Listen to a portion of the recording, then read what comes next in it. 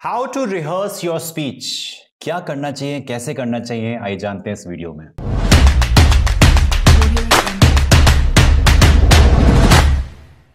Jam एक ऐसा शब्द जिससे हम सभी वाकिफ हैं, चाहे वो सड़कों पे लगा हो या फिर ब्रेड पे लगा हो। जैम लोगों को पसंद भी है और पसंद नहीं भी है। How can you use JAM to rehearse your speech? JAM stands for just a minute. आपको 1 मिनट दिया जाएगा, एक टॉपिक पे आपको बोलना होगा 60 सेकेंड के लिए, डन। That is jam. अब क्या किया जाए? रोजाना एक टॉपिक उठाओ, आपके फोन में नोटिफिकेशन आता है, पिकअप एनी टॉपिक। आजकल रशिया का जो वॉर वाला चल रहा है, pick up that and plan your structure कि मुझे 60 सेकंड तक इस पर बोलना है। राइट, मेंटेन दिस हैबिट कि रोजाना मुझे 60 सेकंड तक एक टॉपिक पर बोलना है। इससे क्या होगा? You will be able to structure your thoughts precisely, randomly नहीं, प्रिसाइसली, कि मेरे पास सिर्फ 60 सेकंड्स हैं, maybe I have 3 points to cover up, so 20 second 20 second 20 second, या फिर I can go with 1 point, go with introduction, with body and conclusion. Even that is a great way where you are structuring your entire thought process knowing the time limit of 60 seconds. आप जब ये रोजाना करना शुरू कर दें तो उसके बाद इस जैम को, जो ड्यूरेशन है, वो बढ़ा दीजिए। अभी 1 मिनट करते हैं, कल 2 मिनट, फिर 3 मिनट, फिर 4, फिर 5, डिपेंडिंग अपॉन आपके पास कितना कंटेंट है। लेकिन जो फॉर्मेट है, जो अप्रोच है, जो वे ऑफ डूइंग इट है, वो सेम है, as in divide it into chunks based upon the time available. इसके फायदे क्या हैं? One is structuring of thoughts, second is your knowledge base. आमतौर पे क्या होता है, हम जब नए लोगों से मिलते हैं, बात करते हैं, तो कई बार हमारे पास कुछ पॉइंटर्स होते ही नहीं है बात करने के लिए। अगर लोग बात कर रहे हैं about politics, about business, about economy, about global crisis, about climate, about anything, तो we are blank कि क्या बोलें। हम पे आइडियाज ही नहीं होते हैं, हमारे पास पर्सपेक्टिव्स ही नहीं होते हैं, हमारे पास ओपिनियंस नहीं होते हैं। तो जब आप रोजाना ये प्रैक्टिस करोगे, नई नई चीजें पढ़ोगे, आर्टिकल्स पढ़ोगे, ब्लॉग्स पढ़ोगे, वीडियोस देखोगे, वहां से यू बोरो आइडियाज, वहां से यू बोरो थॉट्स, वहां से यू बोरो एग्जाम्पल्स। अगर आपको एग्जाम्पल देना हो तो एग्जाम्पल दे सकते हो ना, कि सपोज आपने कोई भी वॉर पे मूवी देखी, right, you watched a movie on war, तो अगर आपको अपना पॉइंट रखना है तो आप उस मूवी से भी एग्जाम्पल्स बोरो कर सकते हो और बोल सकते हो। Getting it? तो आपके आसपास जो भी चीजें हो रही हैं, चाहे वो मूवीज के फॉर्म में हो, सॉन्ग्स के फॉर्म में हो, आर्टिकल्स के फॉर्म में हो, या फिर आपके एक्सपीरियंसेस के थ्रू हो, उन सभी को आप अपने डेली जैम सेशन में यूज करिए। It's very helpful. Second approach apart from jam is to use tongue twisters. अब tongue twisters कैसे हेल्प करता है? जो हमारी मसल्स हैं, if they are activated, तो कहीं ना कहीं आपको बेनिफिट मिलता है। ऐसे मानो कि सपोज सुबह सुबह आपको उठा दिया जाए 3 बजे 4 बजे और आपको बोला जाए कि चलो अब रिकॉर्डिंग शुरू कर दो, तो you will take some time, हाथ पैर खोलोगे, थोड़ा मूवमेंट करोगे और तब जाके एक मोमेंटम में आओगे to speak effectively, or to even run for that matter if you have to go for a walk. You cannot just expect yourself कि बस 4 बजे आंख खुली, शूज पहने और भागना शुरू. You will take some time, you will just warm up the engine and then go for a run. Make sense?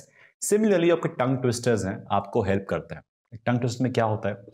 Tongue twisters में might be familiar with lot of them कि she sells seashells on the seashore. तो यहां मैंने स की sound पे बहुत काम किया, जिससे कि जो क्लैरिटी है वो आ जाए। व्हेन आई एम स्पीकिंग और when I am practising this tongue twister, कहीं ना कहीं मेरा माइंड फोकस कर रहा है हर साउंड पे, कि वो स और श मिक्स ना हो जाए। She sells sea shells on the sea shore. तो कहीं ना कहीं मैंने अपनी जुबान पे बहुत फोकस किया ये बोलते हुए, तो मेरा माइंड ट्रेन हो गया कि जब भी मैं कुछ चीज बोल रहा हूं, जो मेरा उच्चारण है, जो मेरी प्रोनाउंसिएशन है, वो सही आ रही है या नहीं आ रही है। That is only possible when you are practising tongue twisters. Also your vocal cords, your tongue, all these muscles are lot more in और एक्टिवेटेड दैन अदरवाइज। ऐसा आपने ऑब्जर्व किया होगा कि आप जब लोगों से बात करते हैं तो स्टार्टिंग में जो आपकी टंग है वो कहते हैं ना कि if I link it with, एक अटेम्प्ट कर रहा हूं to make an analogy out of this entire explanation, कि इन केस ऑफ फिजिक्स एक कॉन्सेप्ट था कि a body that is in a state of rest continues to be in a state of rest unless and until an external force is applied to it.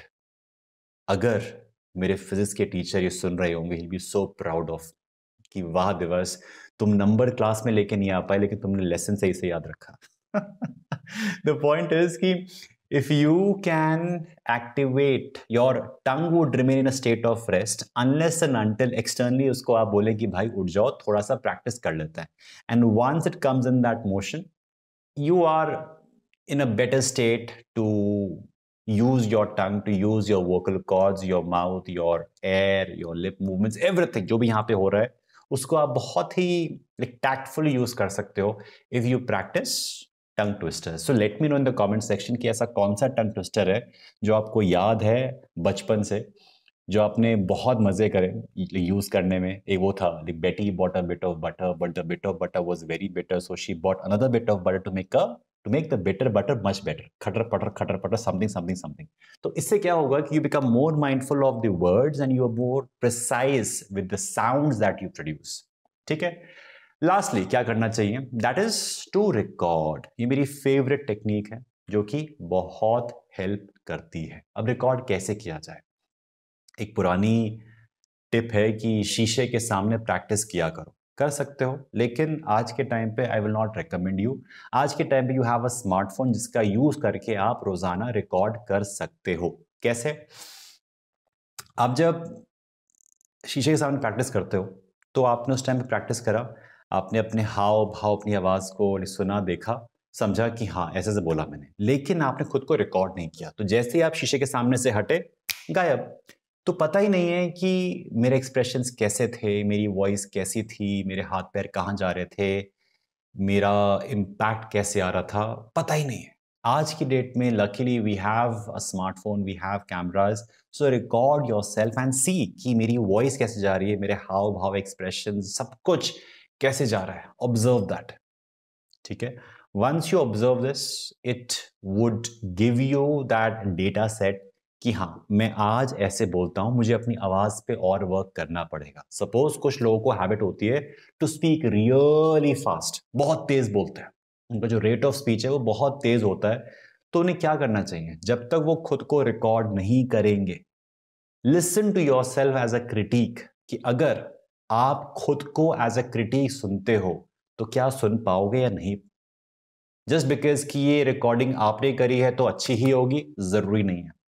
Listen to yourself as a critic कि वाकई में जो आपकी body language, जो आपके thoughts, words हैं, क्या आप सुनने लायक हैं भी या नहीं, या फिर आपके बोलने से जो आपके श्रोतागण हैं, लिसनर्स हैं, are they being tortured because of you.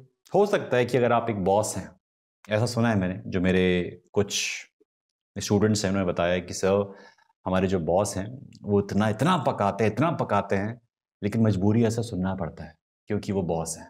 तो अगर आप खुद एक बॉस हैं और अगर आपको एहसास नहीं हो रहा है कि आप बोले जा रहे हैं without bringing that kind of clarity and impact, then you are doing a crime. आप बेचारे अपने जूनियर्स के साथ एक खिलवाड़ कर रहे हैं अगर आप उनको इंगेज नहीं कर रहे हैं.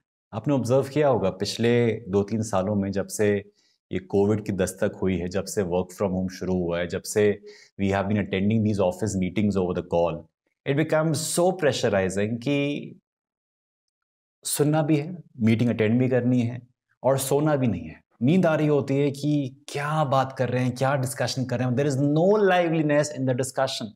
The moment you bring in some smiles, you bring in some energy in the discussion, you bring in some voice modulation in the entire speech of yours, the discussion becomes a lot more engaging than a boring one.